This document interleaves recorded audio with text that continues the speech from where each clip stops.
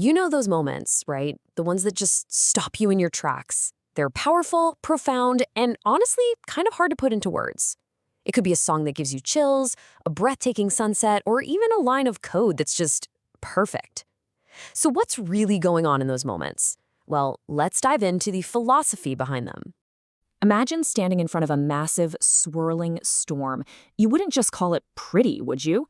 No way. It's sublime. It's awesome, and even a little terrifying all at once. Or how about this? You finish the last page of a novel, and you feel this unbelievably deep connection to a character, a person who never actually existed. It's a powerful feeling. And hey, it's not even just about nature or art. It can happen when you finally grasp an elegant mathematical theorem, and suddenly everything just clicks into place with this perfect, beautiful clarity. So, you've got a storm, a story, a string of numbers. I mean, on the surface, they have absolutely nothing in common. So, what's the thread that ties all these incredible experiences together? Well, believe it or not, philosophers have a name for this. They call it an aesthetic experience.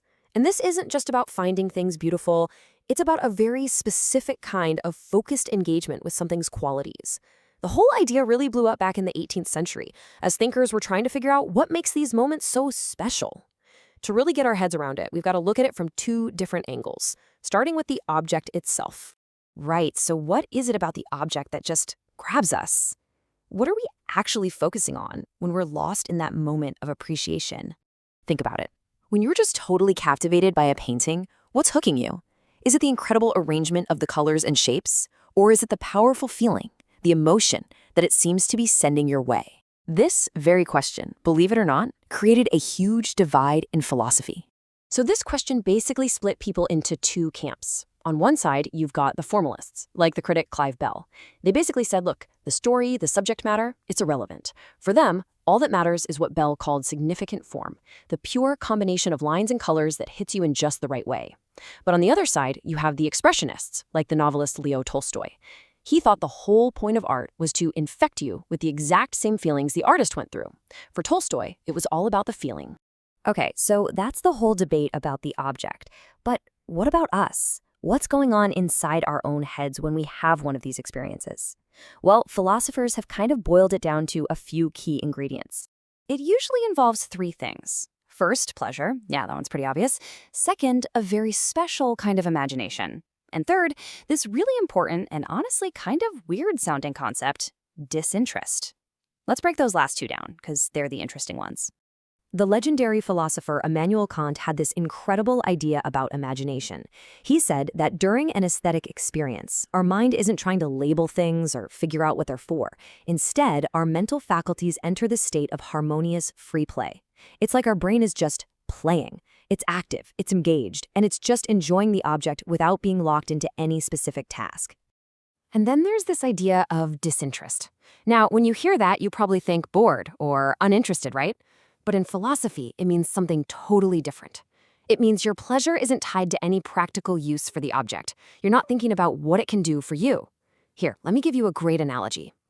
Think of it this way, the cake analogy. Looking at a delicious cake and thinking, oh man, I gotta eat that, is an interested pleasure. Your desire is practical.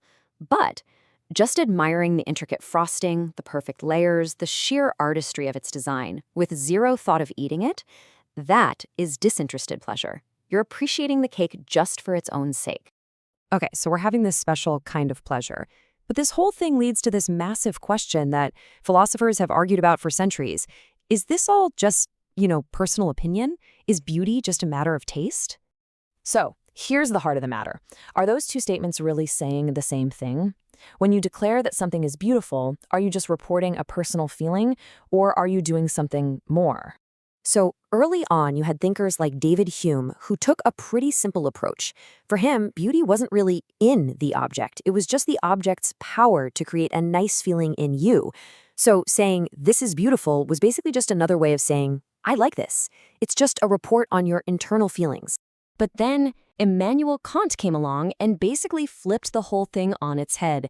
He argued there's a huge revolutionary difference between just liking something and actually judging it to be beautiful. Let's break this down. For Hume, saying, I like this is about the object's power over you. It's personal. But for Kant, saying this is beautiful is a totally different ballgame.